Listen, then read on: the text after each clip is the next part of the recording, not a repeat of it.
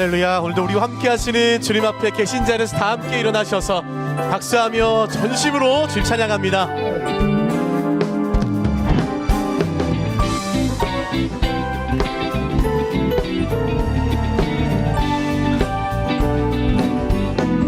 마음속에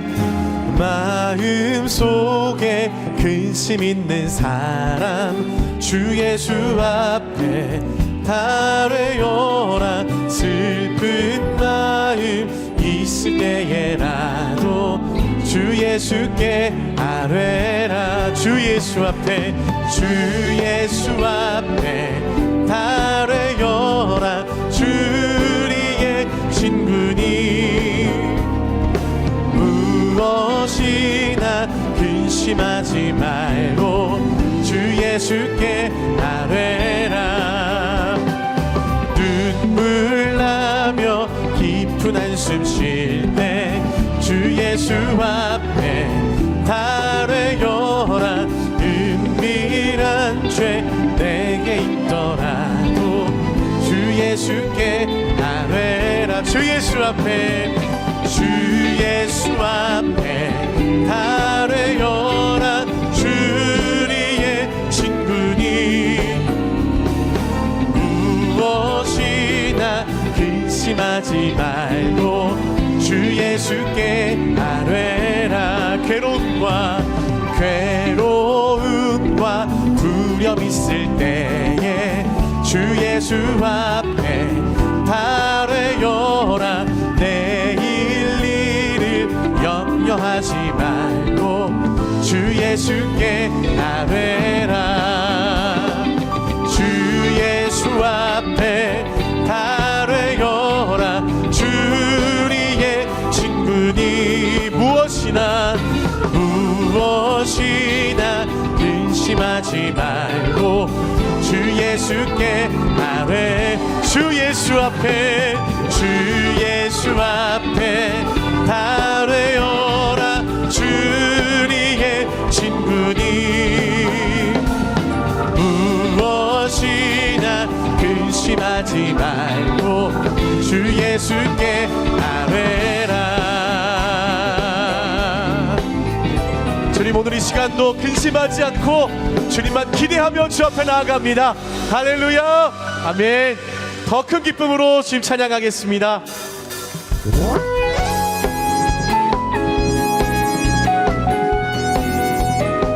날마다 우리 함께 하시고 지키시고 인도하시는 주님의 이름을 찬양합니다. 너 근심 걱정와도 어려운 일 당해도 걱정 말아라. 주 너를 지키니 위험한 일 당해도 슬픈 일이 와도 걱정 말아라. 주 너를 지키리. 늘 지켜주시리. 아멘. 주님의 사랑 속에 거하라. 그의 평화 속에 유하라. 그분의 영원 속에 자유하라. 주 지키리. 주님의 사랑 속에 거하라. 그의 평화 속에 유하라. 그분의 영원 속에 자유하라. 주 지키리. 너 근심 걱정와도 어려운 일 당해도 걱정 말아라. 주 너를 지키리. 위험한 일 당해도 슬픈 일이 와도 걱정 말아라. 주 너를 우리를 늘 지켜주십니다. 늘 지켜주시리. 아멘. 주님의 사랑 속에 거하라. 그의 평화 속에 유하라. 그분의 영원 속에 자유하라. 주 지키리. 주님의 사랑 속에 거하라. 그의 평화 속에 유하라. 그분의 영원 속에 자유하라. 주 지키리. 주님의 사랑 속에 거하라. 그의 평화 속에 유하라. 그분의 영혼 속에 자유하라. 주 지키리. 주님의 사랑 속에 거하라. 그의 평화 속에 유하라. 그분의 영혼 속에 자유하라. 주 지키리. 기뻐하며 승리의 노래 부르리.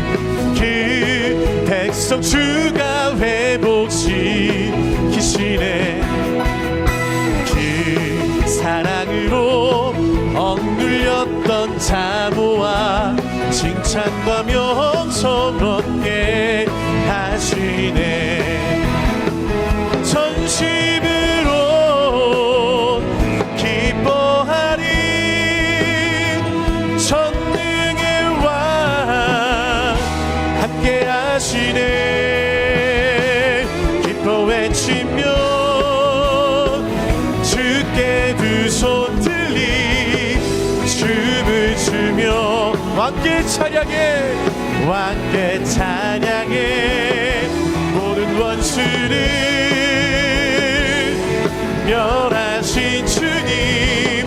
전능의 왕 함께 하십니다. 함께 하시. 다시 한번 고백합니다. 기뻐하며 승리의 노래 부르리. 그 백성 주가 회복시키시네. 그 사랑으로 억눌렸던 자모와 칭찬과 명성 얻게 하시네. 전심으로 기뻐하리. 전능의 왕 함께 하시네. 기뻐 외치며 주께 두 손 들리 춤을 추며 왕께 찬양해 모든 원수를 멸하신 주님. 전능의 왕 함께 하시. 전능의 왕 함께 하시네. 전능의 왕 함께 하시. 전능의 왕 함께 하시네. 전능의 왕 함께 하시네. 할렐루야. 우리와 함께 하시고 우리에게 승리를 허락하시는 주의 이름을 찬양합니다. 오늘 말씀 가운데 우리에게 마실 주님 앞에 저 큰 박수로 영광 올려드립니다. 아멘. 아멘. 이렇게 자리에 앉으셔서 계속 주님 찬양하겠습니다.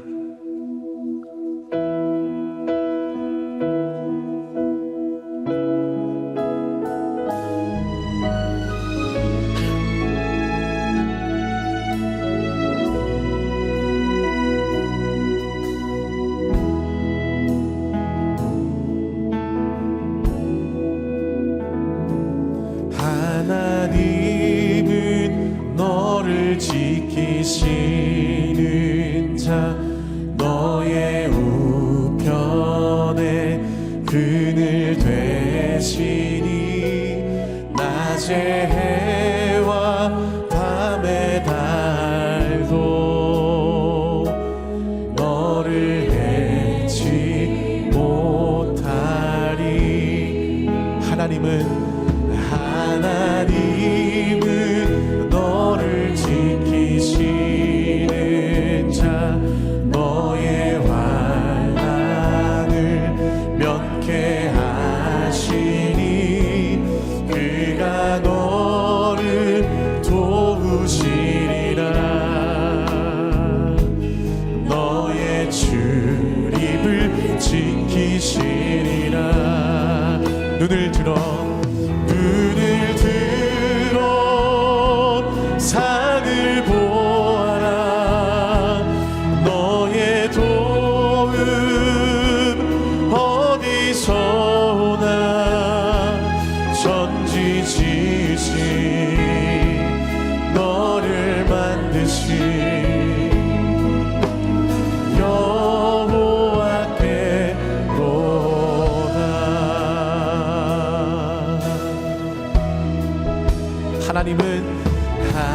하나님은 너를 지키시는 자, 너의 우편에 그늘 되시니 낮에 해와 밤의 달도 너를 해치 못하리, 너를 해치 못하리.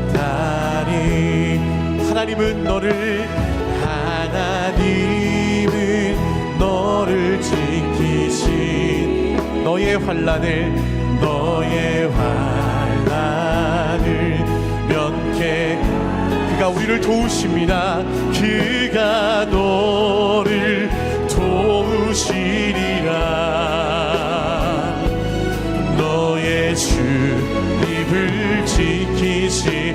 이 시간 믿음의 눈으로 주님 바라봅니다.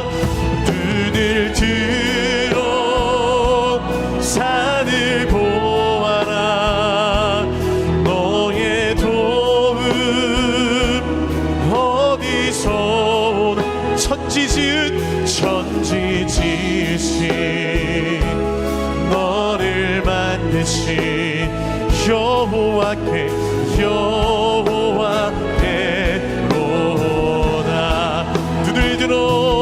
눈을 들어 산을 보아라. 너의 도움 어디서 오나. 천지 지으신 너를 만드신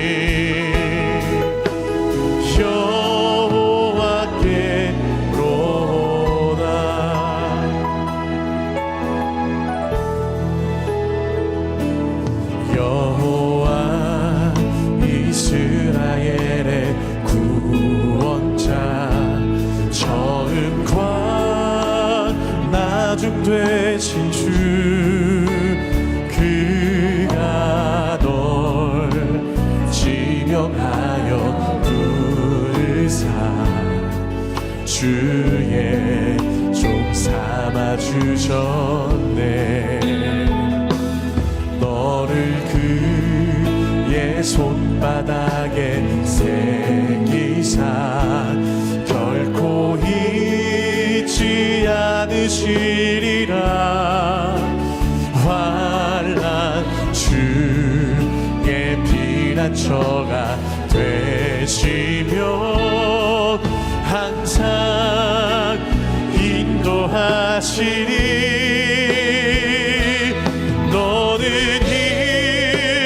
주의 빛을 바라라. 땅 끝까지 주 선포하라. 그가 너로 이방에 빛을 삼아 구원을 베푸시리라. 여호와 이스라엘의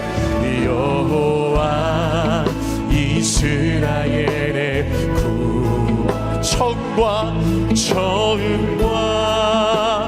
나중 되신 주, 그가 널 지명하여 부르사 주의 종 삼아 주셨네. 너를 그의 손바닥에 결코 잊지 않으십니다. 잊지 않으시리라멘. 환난 주의 피난처가 되시며 항상 인도하시리. 아멘. 너는 일어나 주의 빛을 바라라. 땅 끝까지 주 선포하라. 그가 너로 이방에 빛을 삼아 구원을 베푸시리라.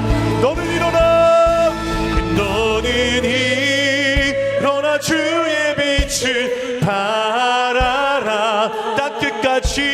땅끝까지 주님만을 선포하라. 그가 너로 이방에 빛을 삼아 구원을 베푸시리. 주가 일하시네, 주가 일하시네, 주가 일하시네. 주께 아끼지 않는 자에게 주님 우리를 통해 일하십니다. 주가 일하시네, 주가 일하시네. 신뢰하며 돕는 자, 우리 함께 목소리 높여서 주가 일하시네, 주가 일하시네, 주가 일하시네. 주께 아끼지 않는 자에게 주가 일하시네, 주가 일하시네. 신뢰하며 걷는 주님을 신뢰하며 두 손 높이 들고 주 앞에 선포합니다. 주가 일하시네, 주가 일하시네. 주께 아끼지 않는 자에게 주가 일하시네, 주가 일하시네. 신뢰하며 걷는 자에게 신뢰하며 걷는 자에게 신뢰하며 걷는 자에게 우리를 지키시고 보호하시며 그의 손바닥에 새겨 함께 하시는 여호와 하나님, 오늘 이 시간도 주시는 말씀을 부여잡고 결단하며 순종함으로 나갈 때 주님께서 신뢰하며 걷는 자들을 통하여 일하심을 믿사오니 오늘 하늘의 문을 여시고 우리 새로운 게 주일 2부 예배 가운데 성령 하나님 친히 함께 하시고 기름 부으셔서 주의 뜻만이 이루어지는 예배로 삼아 주시옵소서. 우리 함께 이러한 마음으로 예배를 위해서 합심해서 통성으로 기도하며 나가도록 하겠습니다. 함께 기도합니다. 사랑하는 주님 참으로 감사합니다. 여호와 이스라엘의 구원자, 그분이 바로 오늘 이 시간 우리를 구원하시고 지키시고 보호하시는 하나님이신 줄로 믿음에 나아가오니 주시는 말씀을 부여잡고 신뢰하며 주와 동행하며 주님을 바라보는 자에게 주님 일하시고 역사하심을 믿사오니 오늘 이 시간도 하늘의 문을 여시고 이곳 가운데 임재하여 주옵소서. 광대하신 주 하나님의 이름을 찬양합니다. 능력으로 세상을 만드시고 선하신 손으로 구원을 베푸신 하나님께 감사와 영광을 올려드립니다. 주께서 복을 주시면 우리가 받고 주께서 손을 펴시면 우리가 좋은 것으로 만족하겠사오니 영과 진리로 드리는 예배 위에 임재하여 주시옵소서. 의인을 찾으시는 거룩한 하나님, 우리는 복받기를 원하면서도 우리 입술에서 거짓과 마음에서 분노와 미움을 제거하는 일에 게을렀음을 고백합니다. 육체의 생명은 사랑하지만 영적 영양실조로 말라버린 심령을 가지고 하나님과 이웃을 대하였습니다. 그리스도의 보혈로 우리를 덮으시고 용서하여 주시옵소서. 은혜의 빛을 비추시어 우리의 기도를 들어주시고 주의 영을 보내어 우리의 영혼을 새롭게 하여 주시길 간절히 소망합니다. 성령께서 우리 마음에 가져오신 기쁨과 평안은 우리의 집이 넓어지거나 통장의 잔고가 늘어날 때와 비교할 수 없이 크고 놀라움을 고백합니다. 무엇을 먹고 마시며 입을지 염려하는 믿음이 아니라 하나님 나라와 의를 소망하는 하늘의 사람들로 세워 주시옵소서. 나라와 민족을 다스리시는 하나님, 이 땅의 어두운 곳에 포악함이 가득하고 학대와 간음, 더러운 일들이 셀 수 없사오나 주께서 기르시는 양들을 정결하게 보호하여 주시옵소서. 올해 있을 총선 가운데 지혜로운 위정자들을 세워주셔서 가난한 자들의 목숨을 기억하고 궁핍한 자들의 원통함을 풀어줄 수 있게 하여 주시옵소서. 우리에게 승리를 주시는 하나님, 올 한 해 새로운 교회 위에 두신 사명을 가지고 세상과 열방과 미래 속으로 나아갈 때 우리 모든 성도님들의 삶에 거룩한 돌파구가 열리길 소망합니다. 계속해서 기도하는 약속의 땅을 보여주셔서 우리가 마음껏 하나님을 예배하고 자녀들에게 하나님을 경외하는 법을 가르치게 하여 주시옵소서. 하나님의 말씀을 담대히 선포하고 주님의 비전에 앞장서는 한옥 목사님의 영육을 마르지 않는 생기로 강건케 하여 주시옵소서. 선포된 말씀을 통해 성령께서 우리를 거룩하게 이끄심으로 죄를 경험하는 일상을 부수시고 생명 안에서 왕노릇하는 삶이 무엇인지 밝히 드러내 빛의 자녀로 살게 하여 주시옵소서. 한 마음을 올려드리는 이 부성가대의 특순을 기쁘게 받아 주시옵소서. 우리의 대적보다 크고 강하시며 우리의 편이 되어 주신 예수 그리스도의 이름으로 기도드립니다. 아멘. 할렐루야. 복된 주일 현장과 온라인으로 국내외에서 예배드리시는 모든 성도님들을 주님의 이름으로 환영하고 축복합니다. 오늘 예배를 통해서 말씀의 은혜와 능력이 가득하길 소망합니다. 옆에 계신 분들 보면서 이렇게 인사할까요? 말씀 충만하세요. 말씀 충만하세요. 이제 예배에 참여하신 분들을 축복하는 시간 갖겠습니다. 시간 함께 서로를 바라보시면서 주 이름으로 축복하겠습니다. 축복합니다. 주님의 이름으로 축복합니다.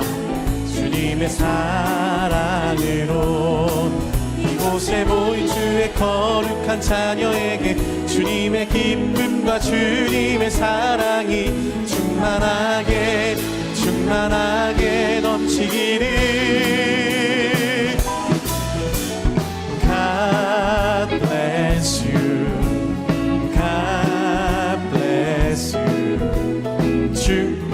축복합니다.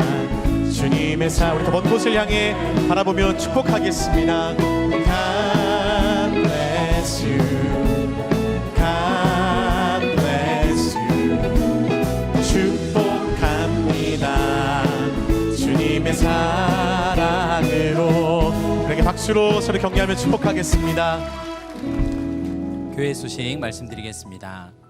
귀납적인 방법으로 질문하여 성경 본문에서 해답을 찾는 커피 브레이크 수요 주간반이 8주간의 과정을 은혜 가운데 마치고 지난 1월 24일에 수료식을 가졌습니다. 이번 수요 커피 브레이크는 아브라함의 믿음의 여정을 공부하며 약속을 이루시는 신실하신 하나님을 배우고 각자의 삶 가운데 적용하여 말씀이 실제가 되는 은혜를 경험하는 시간이 되었습니다. 이번 수요 커피 브레이크에 참여한 모든 성도님들이 받은 은혜를 잊지 않고 그 감격과 기쁨을 삶 속에서 이어나갈 수 있도록 성도님들의 많은 격려와 기도를 부탁드립니다.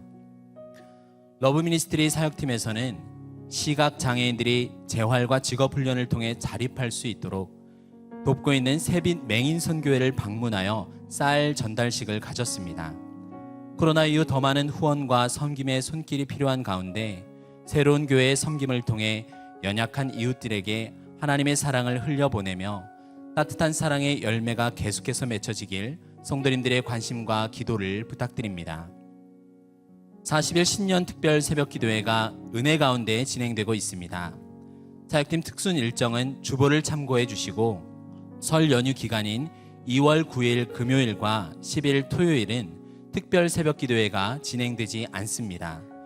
개인과 가정, 교회와 나라를 위해 기도하며 거룩한 돌파구를 기대하는 이번 특별 새벽 기도회를 통해 성도님들에게 놀라운 간증들이 고백되기를 소망합니다.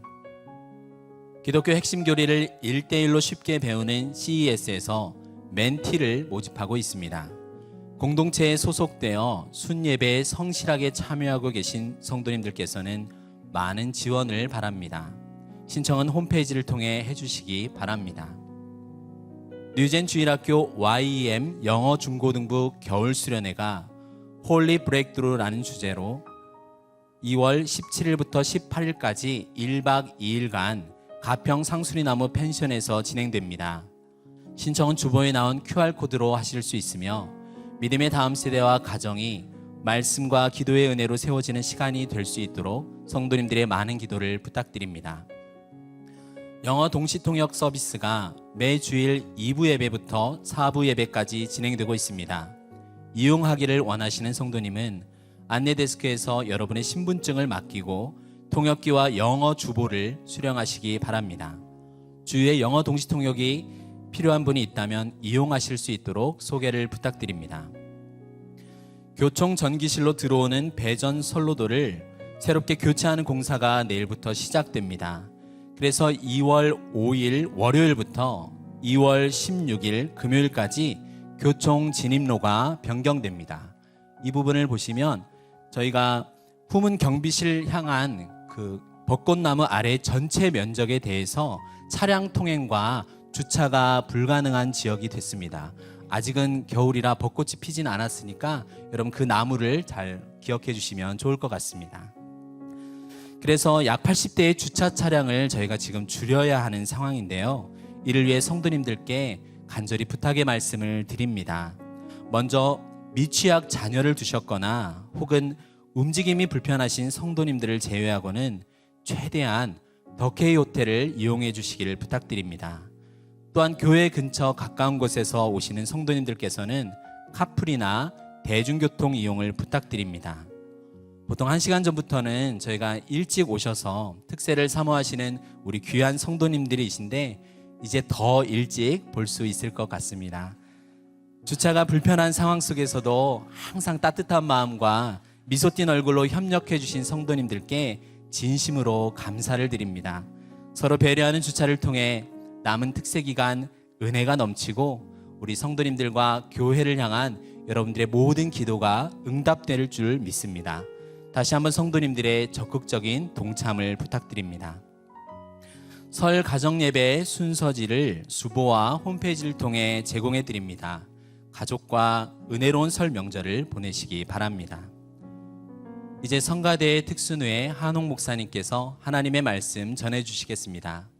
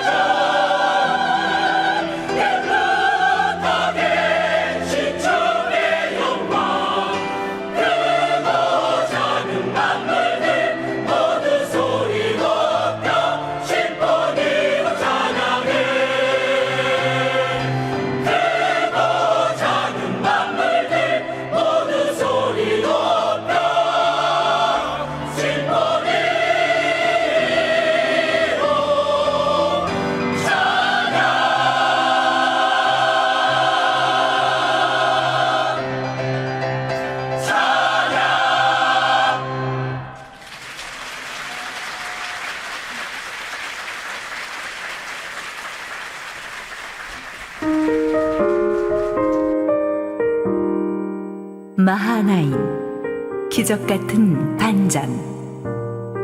창세기 32장 1절에서 12절, 사무엘하 17장 24절에서 26절, 18장 6절에서 8절 말씀입니다. 야곱이 길을 가는데 하나님의 사자들이 그를 만난지라. 야곱이 그들을 볼 때에 이르기를 이는 하나님의 군대라 하고 그 땅 이름을 마하나임이라 하였더라. 야곱이 셀 땅 에돔 들에 있는 형 에서에게로 자기보다 앞서 사자들을 보내며 그들에게 명령하여 이르되 너희는 내 주 에서에게 이같이 말하라.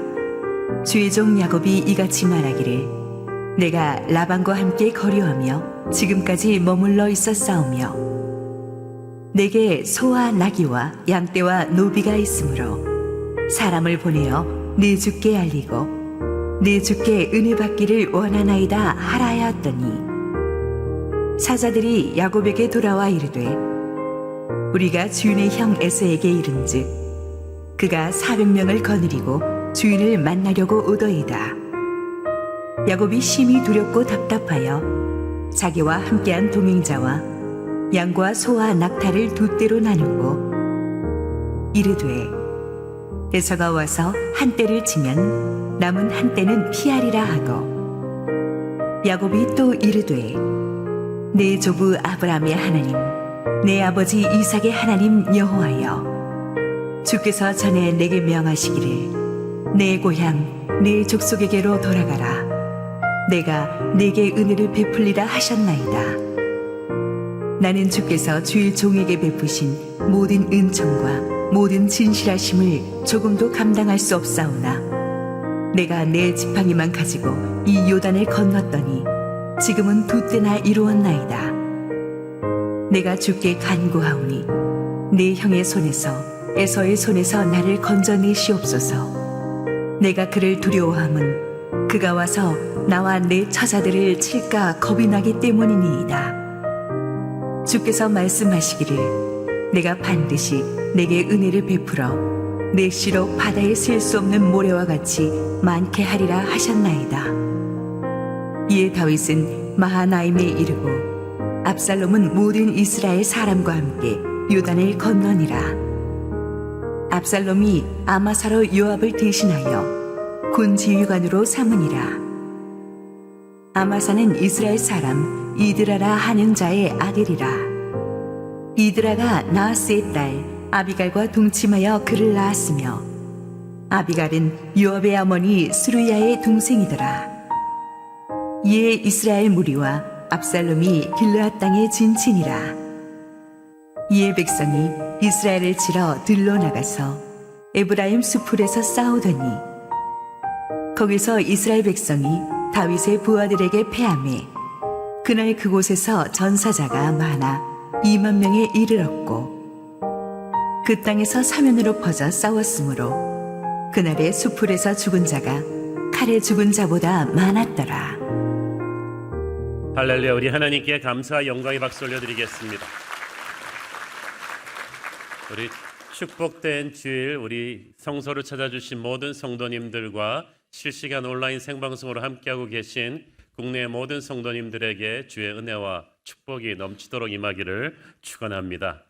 오늘 또 제가 굉장히 좋아하는 찬양입니다. 스티브 그린의 Symphony of Praise. 우리 박종호 씨가 불러서 굉장히 유명해진 찬양인데 우리 위정민 지휘자의 지휘에 맞춰서 우리 김보경 자매님 반주해 주시고 정말 한번 듣기 아까운 엄청난 찬양이죠. 찬양의 심포니 우리 이부성가대 한번 찬 격려의 박수 한번 부탁합니다. 우리 김소리 목사님은 참 예민한 이슈도 아주 유머스럽게 광고를 잘하는 그 은사가 있는 것 같아요. 새벽 기도가 요즘 뭐 전에 없는 뜨거운 열기로 여러분이 많이 오고 계시는데 안 그래도 주차가 불편한데 우리가 앞으로 한 8일 정도를 더 불편한 상황을 견뎌야 되는데 무엇보다도 우리 순장 재직분들이 많이 이렇게 희생을 해주고 계십니다. 또 잘 견디면 은혜가 더 충만해질 줄로 믿습니다. 우리 함께 또 기도하시고 말씀 보겠습니다. 사랑의 아버지 은혜를 감사합니다. 세상은 걷잡을 수가 없이 혼란스럽고 불안하지만 하나님의 은혜의 날개 밑에서 예배하는 우리에게 오늘도 주님이 크신 축복 주실 줄 믿습니다. 부족하기 짝이 없는 종을 완전히 감추시고 우리 주님 홀로 영광 받으시옵소서. 예수님 이름으로 기도했습니다. 아멘. 저는 모든 종류의 스포츠를 대부분 다 좋아하는 편인데요. 스포츠 경기의 백미는 역시 반전 드라마입니다. 객관적인 전력에서 절대 열세로 여겨지던 언더독 팀이 모두의 예상을 뒤엎고 내노라 하는 강팀들을 차례로 격침해 나갈 때 팬들은 이런 반전 드라마에 충격을 받고 열광하죠. 제 기억 속에 있는 가장 놀라운 반전 드라마 중에 하나는 2018년 러시아 월드컵의 준우승을 이뤄냈던 크로아티아 팀의 기적이었습니다.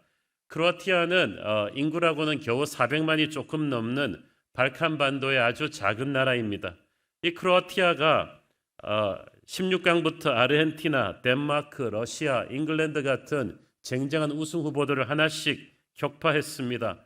처음에는 그냥 소발의 주작기라고 여겼던 사람들도 이 크로아티아가 마지막 결승에 가서는 이 세계 최강 프랑스에게 아깝게 4대2로 석패하긴 했지만 이 크로아티아가 세계적인 강호들을 상대로 매 경기마다 보여준 놀라운 투혼에 깊은 인상을 받았습니다. 이 16강, 8강, 4강전이 전부 다 크로아티아가 연장까지 가는 120분의 혈투를 치렀는데 매 경기 끝까지 포기하지 않았습니다. 부상당하고 피로가 누적된 선수들도 감독에게 제발 자기를 빼주지 말아달라고 할 정도로 무서운 투혼을 보였습니다. 크로아티아의 정신력은 아이러니컬하게도 전쟁의 상처에서 비롯되었습니다. 1991년 우리가 아는 그 유고 내전을 통해서 크로아티아의 대부분의 선수들은 배고프고 힘든 난민 소년 시절을 보냈습니다. 전쟁이 우리를 강하게 만들었고 우린 결코 쉽게 깨지지 않는다. 그 크로아티아 선수들은 말할 정도였습니다. 그런 크로아티아 선수들 가운데서도 우승의 핵심은 바로 루카 모드리치라고 하는 제가 굉장히 좋아하는 선수입니다. 세계적인 미드필더입니다. 이 모드리치는 특이할 만한 것이 체구가 굉장히 왜소합니다. 메시도 키가 작지만 이 모드리치도 키가 172, 몸무게 66kg밖에 되지 않는 깡마른 체격의 소년입니다. 소년 같았습니다. 그래가지고 저 장신 유럽 선수들 같이 뛰다 보면은 모드리치는 꼭 지역 청소년 협회에서 왔을 정도로 작고 연약해요. 왜냐하면 어렸을 때 할아버지가 전쟁에서 죽고 친척을 잃고 집이 다 불타버렸기 때문에 가족과 함께 난민 생활을 하면서 커가지고 잘 못 먹어가지고 한참 자랄 때 잘 못 먹어서 비쩍 말랐습니다. 모드리치가 옛날에 말하기를 나는 유럽 어느 팀들에 가서 축구를 할 때도 나보다 작은 선수를 본 적이 없다고 할 정도로 한번 쾅 부딪히면 나가 떨어질 정도의 왜소한 체격인데 그가 세계 최고의 미드필더가 되었습니다. 다른 선수들이 체격을 키울 때 나는 실력을 키웠다. 축구는 힘과 체격만으로 하는 게 아니다. 전쟁에서 살아남은 것처럼 그는 그라운드에서도 끈질겼고 집채만한 상대 선수의 덩치에도 굴하지 않고 오히려 스크럼을 뚫고 나가는 창의적인 플레이를 자기를 훈련시켰습니다. 그래서 사람들은 그를 발칸반도의 요한 크루이프라고 불렀고 중원의 마술사라고 불렀습니다. 2018년 그는 그의 조국 크로아티아를 월드컵 준우승에 올려놓았고 그의 최고의 축구 선수에게 주는 발롱도르 상까지 수상했고 아직까지 은퇴를 안 했다고 들었어요. 월드컵 역사상 가장 위대한 반전 드라마 중에 하나로 꼽히는 2018년 러시아 월드컵의 준우승의 주역 모드리치와 그 크로아티아 동료들, 오늘 다루고자 하는 기적의 땅 시리즈 9번째 이야기 마하나임으로 만들었던 이 야곱과 다윗과 이 모드리치와 크로아티아 팀이 굉장히 닮은 점이 많습니다. 이 마하나임이라는 지명을 붙인 사람은 지금으로부터 약 4,000년 전에 살았던 야곱입니다. 이 야곱의 인생 본문 오늘 32장을 좀 이해하려면 우리가 알고 있는 야곱의 인생 스토리를 간단하게 한번 복습할 필요가 있습니다. 이삭의 쌍둥이 아들 중 동생으로 태어난 야곱은 정말 어렸을 때부터 몇 초 차이로 늦게 나왔지만 형 에서와는 하늘과 땅 차이였습니다. 형 에서는 온몸에 털이 나고 기골이 장대하고 딱 청소년 시절부터 식스팩이 새겨진 누구와 싸움에도 지지 않는 헤라클레스 같은 영웅 호걸이었습니다. 그래서 그의 옆에는 수많은 영웅들이 모여서 부하가 되었습니다. 남자답고 시원시원하고 뛰어난 사냥꾼인 그를 보고 모두가 저 사람이야말로 우리 부족을 이끌 리더라고 칭찬했습니다. 한마디로 요즘으로 치면 인류대 출신의 세상적인 스펙과 인맥이 아주 막강한 인물이 에서였습니다. 그에 비해 몇 초 늦게 나온 쌍둥이 동생 야곱은 어떻게 그렇게 다룰 수 있습니까? 체구도 작죠, 무술도 못하죠, 마음도 약해가지고 어려서부터 취미생활이라는 게 이제 어머니와 여인들이 거하는 장막에서 이렇게 뜨개질하고 이러면서 막 놀기를 좋아했습니다. 어머니 리브가는 자기 없어도 잘하고 있는 마지 에스더보다는 이 약한 이 모드리치처럼 연약한 야곱이 안쓰러워가지고 거의 과잉 보호를 해서 키웠습니다. 그래서 당시 모두가 이삭의 뒤를 이어서 안 그래도 좀 연약해 보이는 이삭의 뒤를 이어가지고 이 가문을 일으킬 호프는 오직 에서다. 그렇게 했지 뭐 야곱을 주목하는 사람은 아무도 없었어요. 태어난 순서도 그랬고 세상적인 스펙도 그랬고 야곱도 자신도 그렇게 생각했어요. 마음이 굉장히 여렸습니다. 야곱의 인생을 쭉 보면은 그렇게 담대한 영웅적인 믿음의 사람이 아니라 정말 예배하고 나서도 불안해하고 기도하고 나서도 어떡하지 하는 그런 전형적인 우리의 모습이 야곱에게 담겨 있어요. 그런데 하나님은 희한하게 에서가 아닌 야곱을 선택하셨어요. 지금 전 세계인들이 기억하는 이름은 야곱이지 에서가 아니에요. 에서는 세상이 보기에 뛰어난 영웅이었지만 야곱은 볼품없는 자였습니다. 여기서 우리가 얼마나 안심하는지 모릅니다. 우리가 볼품없다 할지라도 하나님이 우리를 축복하시면 그 축복을 막을 자가 없습니다. 저와 여러분은 다 복받을 자격이 없는 야곱 같은 존재들이었어요. 부족한 죄인들이었는데 오직 은혜로 구원해 주셨습니다. 세상의 화려함에 기죽을 것도 없고 우리의 연약함 때문에 위축될 것도 없어요. 높으신 하나님께서 우리를 선택하시고 복주기로 작정하시면 약한 자를 강하게 하시는 분인 줄 믿습니다. 우리 대한민국을 보세요. 세계 지도에서 우리 한국을 보면은요. 경제 12대국 중에서 우리 한국이 제일 작아요. 너무나 연약해 보이고 미국, 중국, 일본처럼 독일처럼 영국처럼 인구가 많거나 나라가 넓지도 않고 정말 보잘것없는 민족인데도 애플과 맞짱 뜨는 삼성이 있는 나라가 한국이고 이 작은 나라에서 K 문화를 만들고 세계를 주도할 수 있는 또 선교사들을 파송하고 이 놀라운 일들은 야곱 같은 한국을 하나님이 축복하셔서 반전 드라마를 쓰셨기 때문이에요. 야곱이 어릴 때 팥죽 한 그릇으로 형 에서를 속여가지고 장자의 명분을 빼앗았습니다. 첫 번째는 형을 사기쳤고 그 다음에는 아버지를 사기쳤어요. 아버지가 늙고 병약해서 막 앞이 안 보인다고 해가지고 형 에서인 척 속여가지고 형이 받아야 될 장자 축복 기도를 자기가 다 받아버렸어. 뒤늦게 한 그 형이 일을 가르쳐 이 자식 이거 죽인다. 아버지만 돌아가시면 너는 국물도 없다. 아들의 성정을 아는 엄마 리브가가 너무 놀래가지고 야곱을 야반도주 시킵니다. 네 형을 알지? 죽인다면 죽이는 사람이야. 네가 멀리 내 친정 오빠 라반의 집에 가 있으면은 형이 좀 분노가 가라앉고 나면 내가 부를게. 근데 그렇게 야곱이 야반도주했는데 부른다던 엄마도 돌아가시고 아버지도 돌아가시고 20년이 훌쩍 지나버렸어요. 그래도 야곱은 또 그 외삼촌 라반의 집에서 자기보다 더한 사기꾼 라반이랑 엎치락 뒤치락 하다가 또 하나님의 은혜로 결혼도 하고 자식도 일구고 또 사기꾼을 또 등쳐가지고 또 돈도 벌고 그래가지고 하나님의 은혜로 정말 기적같이 한 일가를 이루었어요. 그런데 이제 라반이 견디다 못해서 이제 야곱을 막 밀어내고 쫓아내고 죽이려고 하니까 라반의 집도 떠나서 이제 고향으로 돌아오는데 20년이 지났지만 형 에서를 어떻게 됐는지 지금 종잡을 길이 없어요. 형이 아직도 자기를 미워하고 있다면 큰일이에요.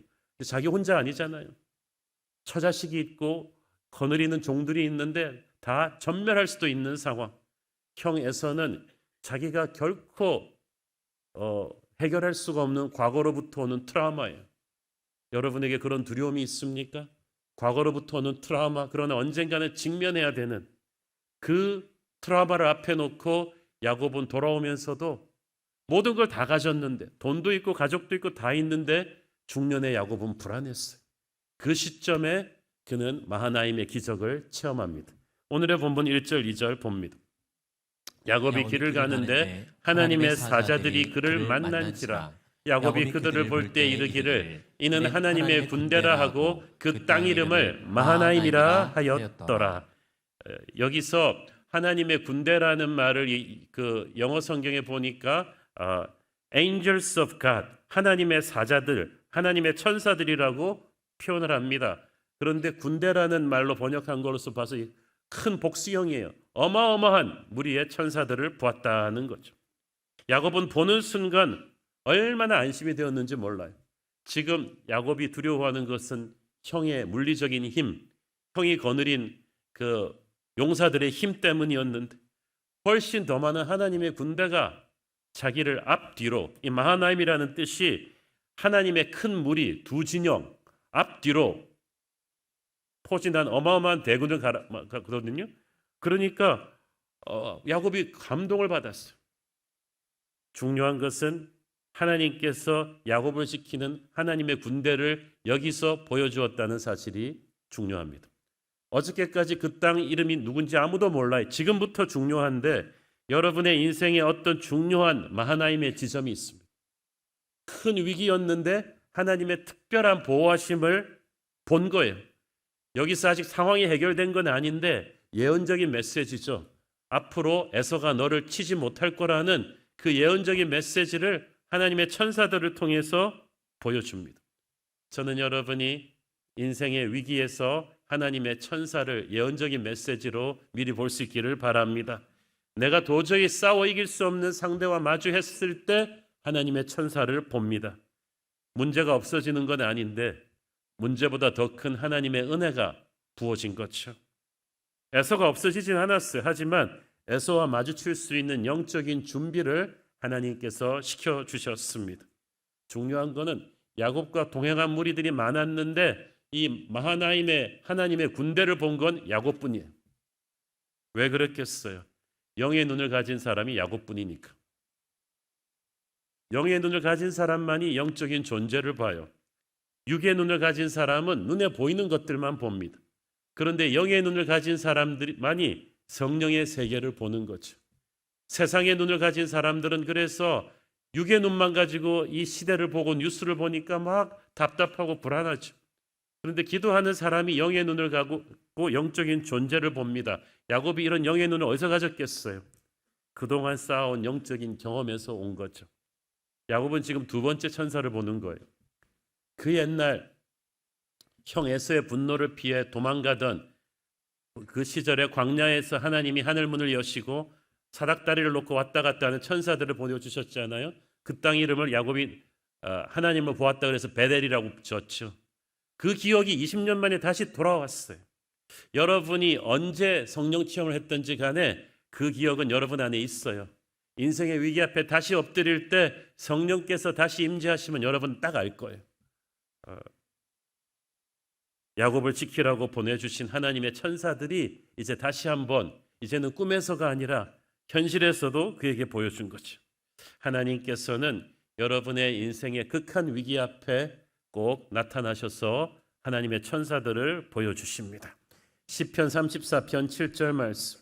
여호와의 천사가 주를 경외하는 자를 둘러 진치고 그들을 건지시는도다. 아무나 지켜주는 게 아니라 하나님을 경외하는 자에게, 기도하는 자에게, 하나님을 예배하는 자에게 하나님의 천사가 지켜주신다. 우리는 우리 스스로를 우리 힘으로 지키려고 하니까 너무나 불안해요. 그리고 지킬 수도 없어요. 여러분의 건강 여러분의 힘으로 지킬 수 있나요? 멀쩡하던 사람도 쓰러지는데 우리의 돈 여러분 지킬 수 있나요? 금융위기 한번 오면 완전히 은행에 있던 돈 다 날아가는데 여러분의 명예, 멀리 유학 보낸, 군대 보낸 여러분의 자녀 여러분이 힘으로 지킬 수 있어요? 못 지킵니다. 우리는 오직 하나님을 경외함으로 하나님의 천사가 우리를 지켜주실 것을 믿어야 합니다. 어릴 때부터 돌아보면 지금까지 저도 참 크고 작은 많은 위기가 있었지만 하나님께서 눈동자처럼 지켜주시는 일들을 많이 체험했습니다. 은혜로 살아난 순간이 한두 번이 아니에요. 정말 하나님의 천사가 나를 둘러싸고 보호해주는 듯한 느낌을 여러 번 받았는데 천사는 하나님께서 그래서 우리 옆에 붙여주셨습니다. 저는 항상 이 교회를 하나님의 천군 천사가 둘러서 지키고 있는 것을 느낍니다. 왜 느끼냐면 영적인 공격이 있을 때마다 있는 줄도 몰랐던 하나님의 군대가 이 어둠의 권세를 물리치시고 교회를 다시 지켜주는 것을 느끼거든요.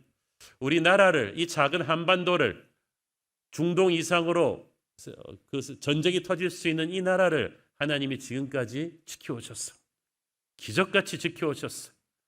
그래서 저 수많은 북한의 도발에도 불구하고 이 땅의 정치인들이 이렇게 싸우고 민생을 안 돌보면서 이렇게 어지러운데도 하나님께서 이 나라를 꽉 붙들고 계신 거죠. 그러므로 우리는 새벽에 기도할 때마다 주여 낮의 해와 밤의 달도 상치 못하는 하나님의 도우심으로 우리를 지켜주시옵소서, 이렇게 기도해야 될 줄로 믿습니다. 야곱이 마음이 강한 사람이 아니에요. 이런 마하나임의 군대를 봐놓고도 이 7절부터 쭉 보니까 또 불안해가지고 현실에 돌아와서 불안해서 막 자기 무리를 나누고 하나님한테 막 간절히 눈물 콧물 다 빼며 기도합니다. 근데 그게 우리예요. 우리가 실컷 성령 체험해놓고 은혜 받아놓고도 불안해서 또 하나님 앞에 우는 소리하고 그래도 괜찮아요. 야곱처럼 하나님 앞에 절실하게 엎드려 있으면 야곱이 신실해서가 아니라 하나님의 약속대로 마하나임의 기적은 일어납니다. 실제로 에서는 야곱을 건드리지 못하고 하나님께서 지켜주셨죠. 마하나임의 두 번째 전설을 쓴 사람은 다윗입니다. 이때로부터 근 1000년 뒤에 야곱의 후손에서 태어난 다윗은 지금 최악의 위기를 맞고 있었습니다. 다윗은 이스라엘 역사상 가장 위대한 왕으로 꼽히는 인물인데 어렸을 때부터 사울 왕의 무서운 견제를 받고 광야 생활을 했죠. 10여 년의 광야 생활 끝에 통일 왕국의 왕이 되었고 이제 빛나는 역사를 쓸 일만 남았는데 그만 마귀의 시험을 받아서 치명적인 죄를 저지르지 않습니까? 부하의 아내와 간음하고 그걸 은폐하기 위해 부하까지 죽였다가 하나님의 심판이 다윗의 자식들에게 떨어지죠. 자식들끼리 서로 싸우고 죽이는 모습을 다윗이 지켜보아야만 했는데 그리고 마침내 나이 60에 가장 다윗을 닮았을 것 같은 영웅의 기상을 가진 아들 압살롬이 반역을 일으킵니다. 보통 반역이 아니었어요. 4년간의 정지 작업 끝에 치밀하게 준비된 반역이었어요. 압살롬은 이스라엘 12지파의 민심을 휘어잡았어요. 다윗의 최고의 참모들도 자기 편으로 끌어들였고 그래서 땅 반역의 기치를 드니까 반란군은 정광석화처럼 예루살렘까지 휩쓸어 버렸어. 다윗은 수백 명의 수하만 거느리고 간신히 목숨을 부지해서 예루살렘을 탈출했는데 이 못된 아들 압살롬은 그걸로 만족하지 않고 요단강을 건너까지 아버지를 추격해 왔어. 다윗의 명줄을 끊겠다는 무서운 추격이었습니다. 얼마나 다윗이 힘들었겠어. 그런데 그때 모두가 다윗의 왕국은 이제 끝났다고 생각했던 그때 다윗의 기적 같은 반전이 일어난 것이 마하나임이에요. 이 마하나임은 야곱 이래로 군사 요새처럼 단단한 땅이 되어가지고 사울의 잔당들도 여기서 2년을 버텼어요. 근데 아이러니컬하게도 그곳을 다윗이 거점으로 삼고 추격해오는 압살롬의 군대의 마지막 일전을 치릅니다. 다윗은 도망쳐오면서 수백 명, 그 뒤로 합류한 패잔병들까지 다 합쳐가지고 4,000명도 안 되는 병력인데 압살롬은 학자들의 추정에 의하면 그 한 10배는 되는 어마어마한 몇만 대군으로 압박해왔다고 전합니다. 그래서 12지파의 민심도 다 가지고 가버렸죠. 그리고 승기를 잡았죠. 군대 수도 훨씬 많죠. 그 누구도 젊은 압살롬의 승리를 믿어 의심치 않았습니다. 그런데 다윗은 믿기 어려운 반전을 마하나임을 중심으로 이뤄내죠. 반격에 성공해서 반란군을 괴멸시키고 다윗은 다시 기적처럼 부활하게 됩니다. 저는 이 다윗의 이 마하나임의 기적 같은 반전의 원동력은 어디였는가? 그것은 그가 평소 쌓아온 영성이 있었기 때문이라고 믿습니다. 여러분, 나무들이 많이 서 있는데 보통 때는 어느 게 진짜 좋은 나무인지 몰라요. 폭풍우가 한번 휩쓸고 가면 알아요. 폼만 잡고 있던 나무들은 다 날아가 버리는데 폭풍 위에서 버티고 있는 나무는 뿌리가 깊은 나무죠. 평소에는 겉으로 솟은 모습만 보니까 모르다가 뿌리가 깊은 나무는 폭풍우를 견뎌냅니다. 인생도 마찬가지, 믿음도 마찬가지. 평소에 믿음 좋은 척하는 사람들 코로나 폭풍 한번 쓸고 가면 누가 남아 있습니까? 인생의 위기가 한번 쓸고 나면, 교회에 어려움이 오고 그런 게 왔을 때 변함없는 믿음으로 남아있는 사람은 평소에 뿌리 깊은 영성을 가지고 있던 사람이었어요. 하루아침에 되는 게 아닙니다. 그래서 속사람이 중요한 거예요. 다윗이 마하나임의 반전을 이루어낼 수 있었던 것은 그가 평생 하나님 안에 깊이 뿌리 내린 영성을 가진 사람이었기 때문이에요. 여러분은 모르지만 평소 여러분이 쌓아놓은 영적인 근육은 여러분의 인생에 큰 위기가 왔을 때 그 위기를 돌파하는 하나님의 재료가 될 것입니다. 내게 믿음이 있느냐? 시편 3편이 그래서 중요합니다. 마하나임의 반전을 이루기 전에 압살롬에게서 도망가던 때에 마하나임의 전투를 앞두고 다윗이 썼던 기도문이 바로 시편 3편이거든요. 시편 3편 4절을 보십시오. 내가 나의 목소리로 여호와께 부르짖으니 그의 성산에서 응답하시는 도다. 여러분이 시편에 나오는 다윗의 기도들을 보시면은 전부 다 거의, 제가 알기로 거의 90% 이상이 부르짖는 기도예요. 다윗이 점잖게 중얼거리는 기도한 적이 한 번도 없어요. 그만큼 많은 위기 속에서 다윗은 기도를 배웠어요. 진짜 기도의 용사는 푸르른 초원에서 기도 배우지 않았어요. 여러분 주변의 기도의 용사들 보세요. 전부 다 병들고 파산하고 배신당하는 그 와중에서 기도의 용사가 된 거예요. 왜? 그들은 부르짖는 기도를 배웠거든요. 그 상황에서 어떻게 넥타이 메고 점잖게 기도합니까? 어린애처럼 하늘아버지 앞에서 눈물 콧물 다 빼면서 애절하게 간절히 부르짖는 거예요. 다윗의 기도는 점잖은 요식행위가 아니었어요. 뭐 기도 시작했다, 기도 끝났다 이렇게 그냥 딱 끝내는 게 아니었다는 거죠. 응답받지 않으면 이제 나가면 죽는 거죠. 그렇게 간절히 기도하는 거예요. 절박한 상황에서의 기도. 다윗은 이게 평생 몸에 밴 사람이었어요. 마하나임의 위기 앞에서도 마찬가지죠. 저는 어떻게 기도했을지 훤히 합니다. 철야도 금식도 해본 사람이 잘하는 거죠. 새벽 기도도. 평생 쌓아올린 공든탑이 지금 무너지기 일보 직전이에요. 나이가 60이에요. 젊었을 때 20대 때 겪었던 환난과 달라요. 여러분 60에 군대 간다고 생각해 보세요. 얼마나 힘들겠어요. 지금 다윗이 그런 거예요.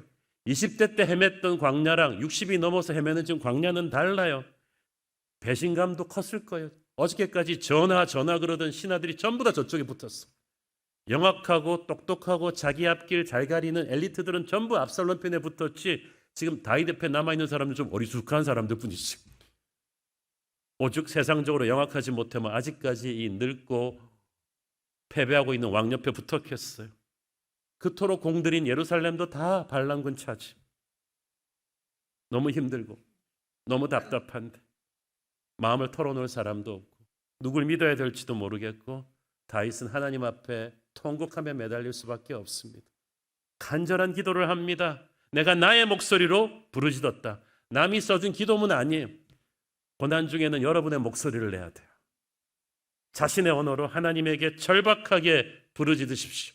하나님이 그 기도를 들으실 거예요. 다윗은 부르짖는 기도에다가 믿음의 기도를 합니다. 믿음의 기도는 응답을 확신하고 드리는 기도죠. 방금 읽은 히브리서 시편 3편 4절 말씀은 히브리 동사 시제가 현재 진행형으로 번역되어 있어요. 내가 부르짖으니 응답하시는도다라고 번역되어 있지만 원문상을 정확하게 번역한다면 과거 시제로 번역하는 게 더 정확합니다. 그 말은 내가 부르짖을 때마다 주께서 응답하셨도다. 나는 경험이 있다. 이 위기가 힘들긴 하지만 나는 지금까지도 부르짖어서 응답받고 살아남았다. 이게 확신이 있는 거예요. 그러므로 지금도 응답받고 살 것이다. 믿음은 바라는 것들의 실상이요 보지 못하는 것들의 증거다. 지금 인간의 눈으로는 응답받을 증거 조짐이 아무것도 안 보이는데 운명의 바람 앞에 등불인데 당장 내일 어디로 갈지 알 수가 없는데 다윗은 하나님의 도우심을 의심하지 않습니다. 우리도 그렇게 믿어야 됩니다. 믿음 없이 기도하면 안 됩니다. 우리가 왜 기도할 때 아멘 아멘해요? 반드시 그렇게 될 것을 믿는다는 뜻 아니에요?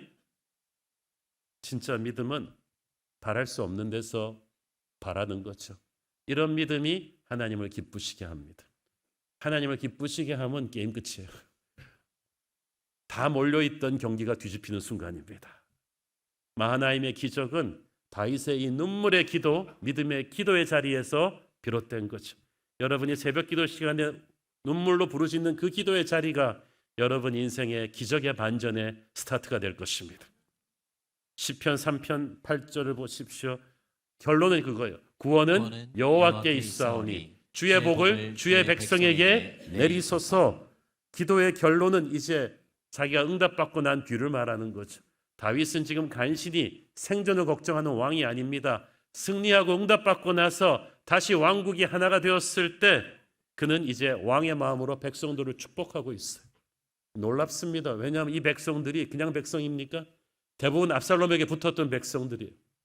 우리 같으면 자기가 다시 정권 찾았으면요, 어느 놈이 배신자야 그래가지고 다 색출하고 숙청했을 텐데 다윗은 다 용서하는 거 아니에요? 여러분이 상처를 준 자들을 용서하고 기회주의자같이 여러분을 배신한 사람들까지 다 품고 예수님의 마음으로 될 때 하나님께서는 여러분을 진정한 생존자가 아닌 역사의 주인공으로 세우실 줄 믿습니다. 이렇게 영적으로 준비된 사람 다윗을 어찌 축복하지 않으시겠습니까? 영의 눈으로 보는 사람들은 이미 압살롬이 도저히 다윗을 이길 수 없다는 것을 이때 알았을 것입니다. 이 마하나임의 반전 드라마를 썼던 두 사람, 야곱과 다윗의 공통점, 닮은 점이 많아요.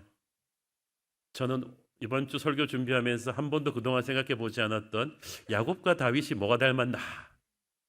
먼저 두 사람을 힘들게 했던 대적들이 닮았어요.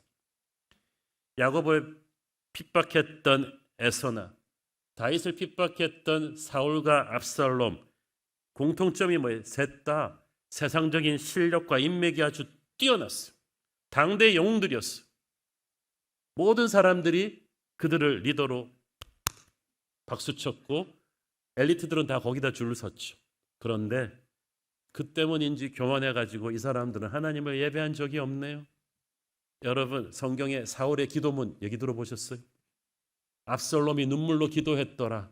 뭐 에서가 요식행위로라도 하나님을 예배했더라는 말 들어본 적이 있습니까? 없잖아요.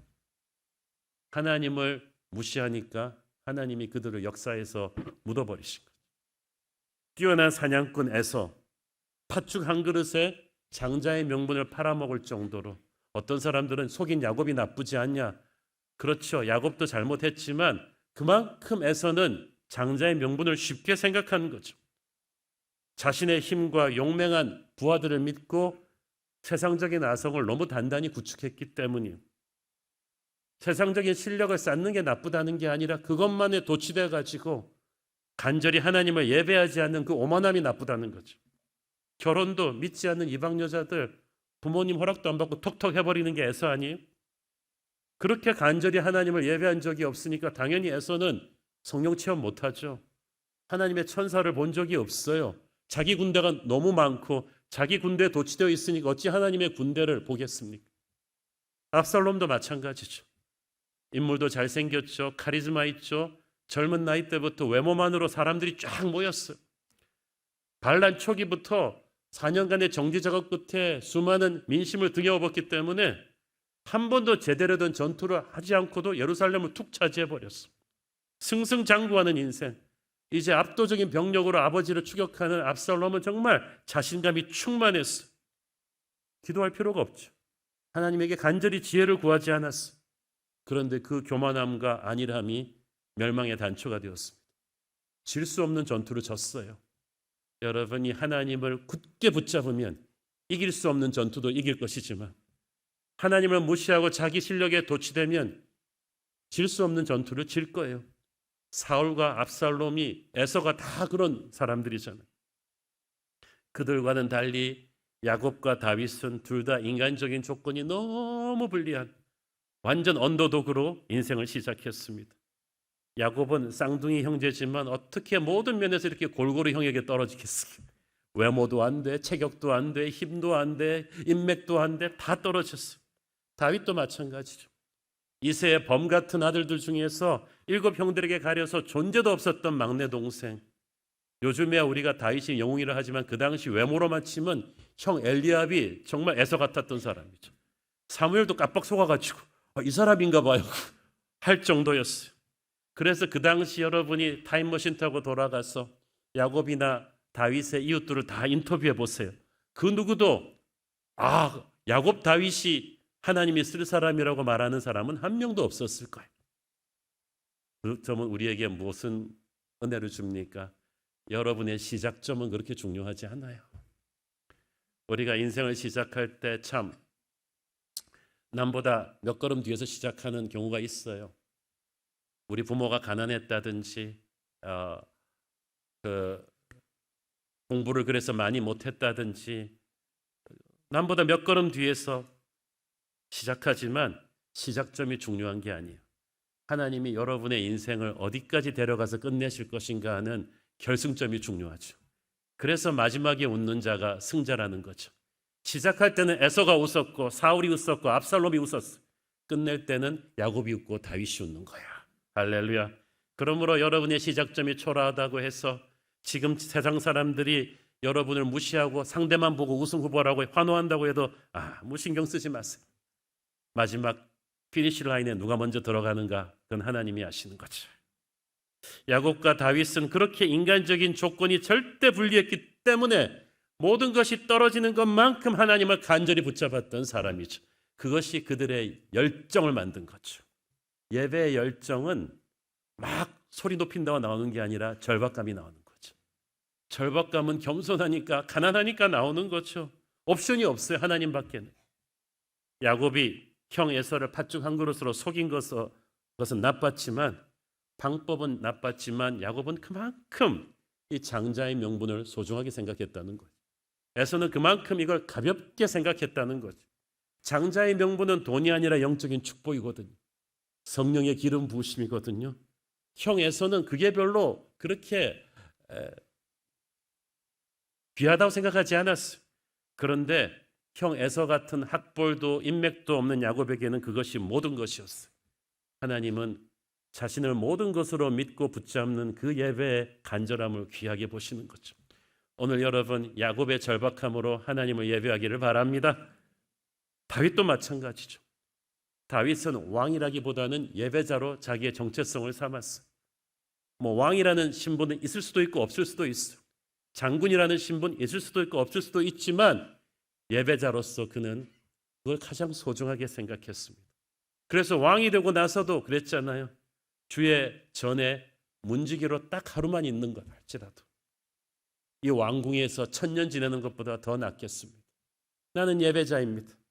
적당히 예배하는 게 아니에요. One thing that I desire of the Lord. 내가 여호와께 구하는 단 한 가지가 있다면 하나님의 집에 평생 살면서 하나님의 아름다움에 도취하는 것입니다. 세상적인 힘이 많았던 사울이나 압살롬은 결코 그런 예배를 드린 적이 없어요. 그들의 예배는 형식적이었고 간절함이 없고 요식행위로 치러버리는 거죠. 그러니까 객관적인 전력이 절대 우세했는데 다윗을 죽이지 못해요. 죽이려고 그렇게 했었는데 죽이지 못해. 보이지 않는 하나님의 군대가 지키고 있는 사람 어떻게 지킵니까? 여러분이 절박하게 예배하는 한 여러분의 적은 여러분을 죽이지 못합니다. 휘청거릴 수는 있지만 여러분은 다시 일어날 거예요. 지금까지도 그랬듯이. 그러므로 우리는 하나님의 은혜를 최우선 순위로 두고 갈망해야만 합니다.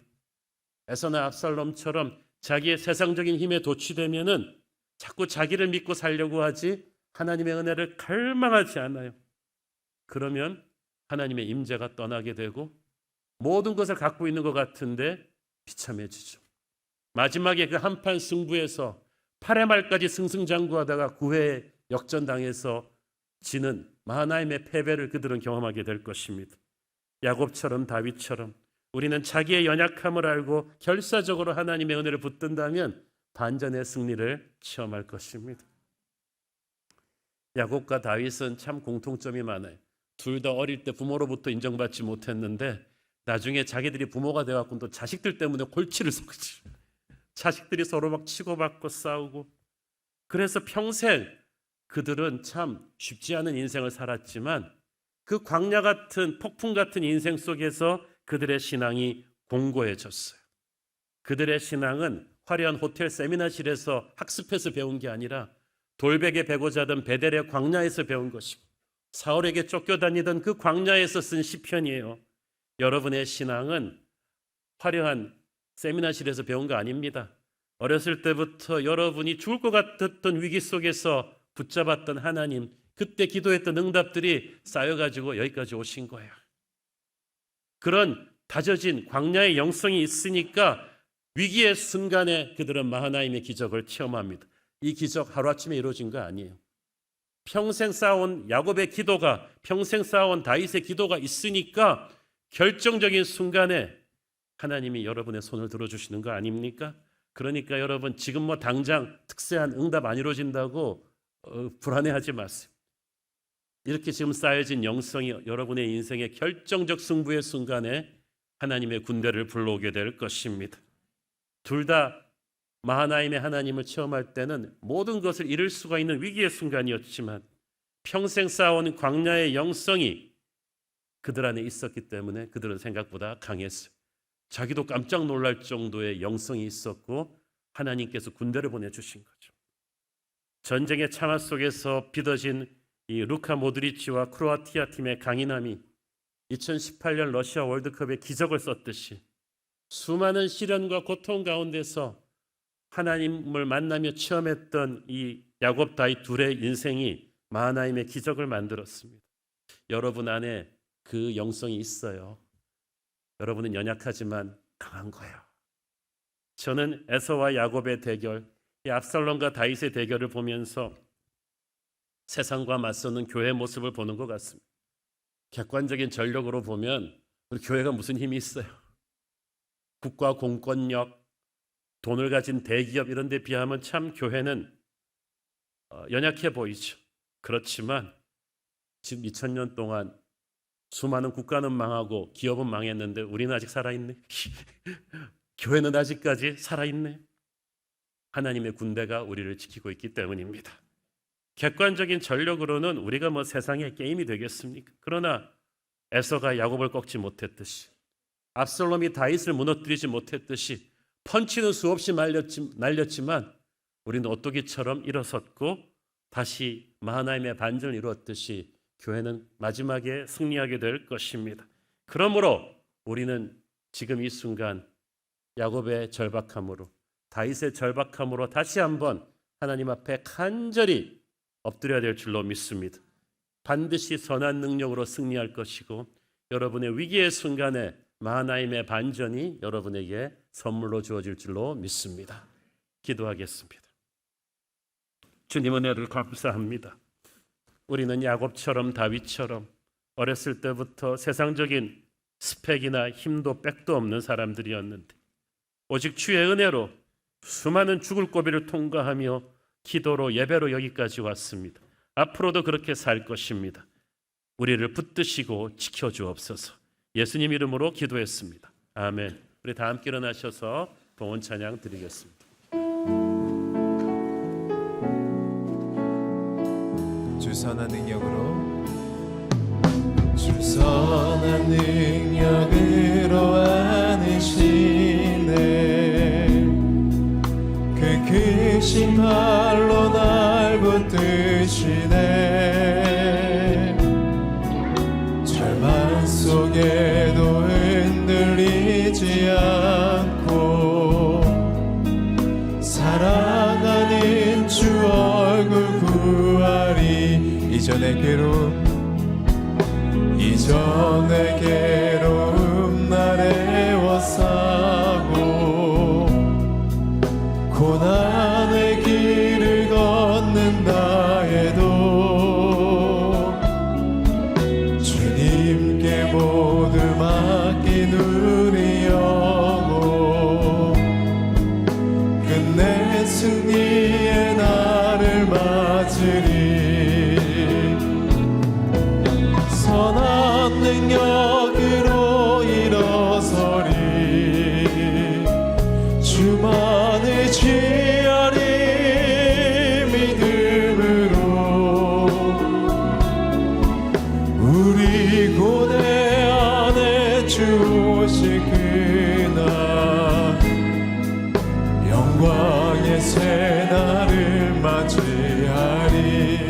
주님이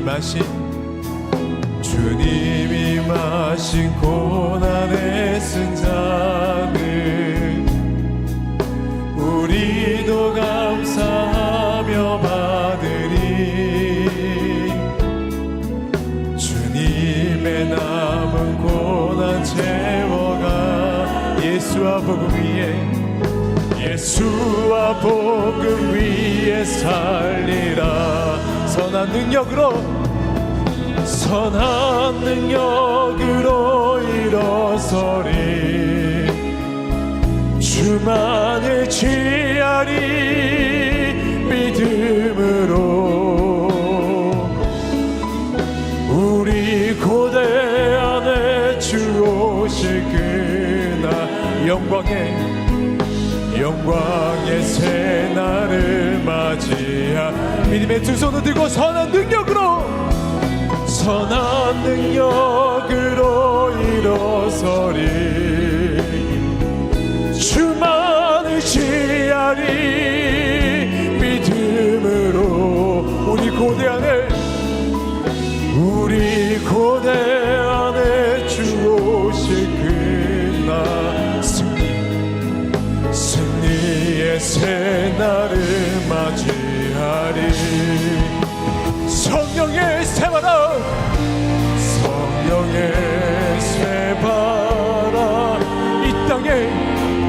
이 땅에 불어오소서. 주의 영을 생기로 우리를 다시 살리사. 이 땅에 하나님 영광 거하니 그런 나라가 되게 하소서. 열방에 하나님 영광 비추는 그런 교회가 되게 하소서. 사랑의 아버지, 주님의 특별한 은혜가 필요한 성도들이 있습니다. 자궁적출 수술 이후 회복이 필요한 성도, 산후 불안증과 우울증으로 힘겨운 시간을 보내는 성도, 시험관 이식 이후 17주 차에 기형아 검사 도중에 양막밭으로 입원 중인 성도가 있습니다. 우리 주님께서 침상 옆에 서셔서 안수하시고 낫게 하여 주옵소서. 조기 위암으로 수요일에 수술을 앞둔 어머니를 위해서, 뇌종양 수술 예정 중인 장인을 위해서, 난소암에 걸린 신우를 위해서 간절히 기도하는 성도가 있습니다. 우리 주님께서 그들의 연약함을 아시오니 기적 같은 치유가 일어나게 하옵소서. 우리 새로운 교회 성도들, 혹시 지금 야곱처럼 다윗처럼 인생의 코너에 사면초가의 위기에 몰려 계신 분들이 있다면 오늘 하나님의 기적을 체험할 수 있게 하여 주옵소서. 8회 말까지는 몰렸지만 압살롬이 결코 이기지 못하는 다윗의 영성으로, 야곱의 영성으로 겸손하게 절박하게 기도할 때 하나님이 기적 같은 반전을 써 주시옵소서. 이 나라가 하나님의 군대의 도우심을 필요로 합니다. 위기와 갈등이 가득한 이 나라를 북한의 핵 위협으로부터 지켜주시고 밀려오는 고난으로부터 지켜주셔서 하나님이 쓰시는 복음의 나라로 세워 주시옵소서. 받은 은혜 감사하며 드리는 헌물의 손길들을 축복하시고 지금은 살아계신 우리 주 예수 그리스도의 은혜와 하늘아버지의 사랑과 성령님 감화 감동하심과 축복하심과 교통하심의 은혜가 오늘도 가진 것 아무것도 없는 보잘것없는 인생이지만 하나님을 붙잡는 믿음으로 하나님의 반전을 체험하기를 소원하는 사랑하는 주의 백성들 머리 위에 지금부터 영원토록 함께 계시기를 축원하옵나이다. 아멘.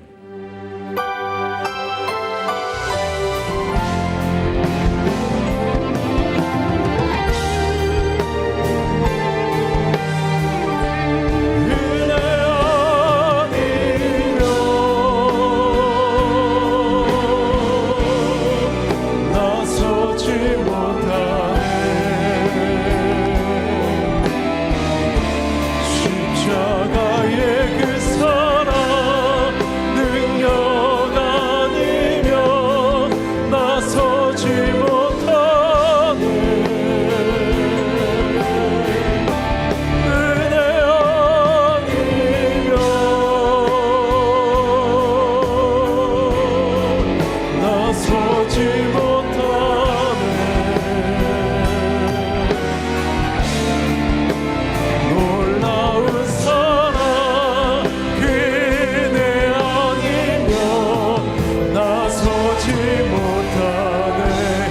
은혜를 받으신 하나님께 영광의 박수 올려드리겠습니다. 할렐루야. 주를 찬양합니다. 예배를 마쳤습니다. 한 주간도 주님과 함께 승리하실 기도하겠습니다. 사랑하고 축복합니다.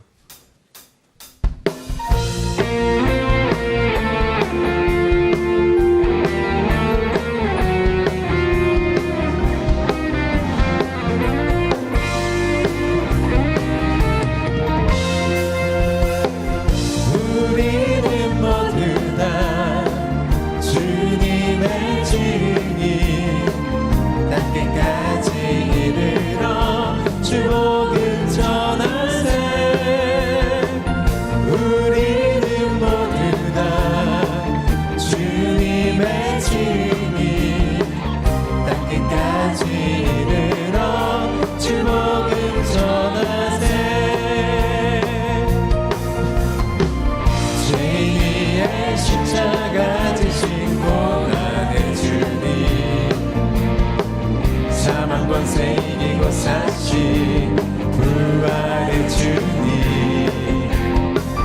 다시 오신 약속하신 제1의 주님 땅끝까지 이르러 주복음 전하세. 죄인의 십자가 지신 고난의 주님 사망 권세 이기고 사신 부활의 주님 다시 오신 약속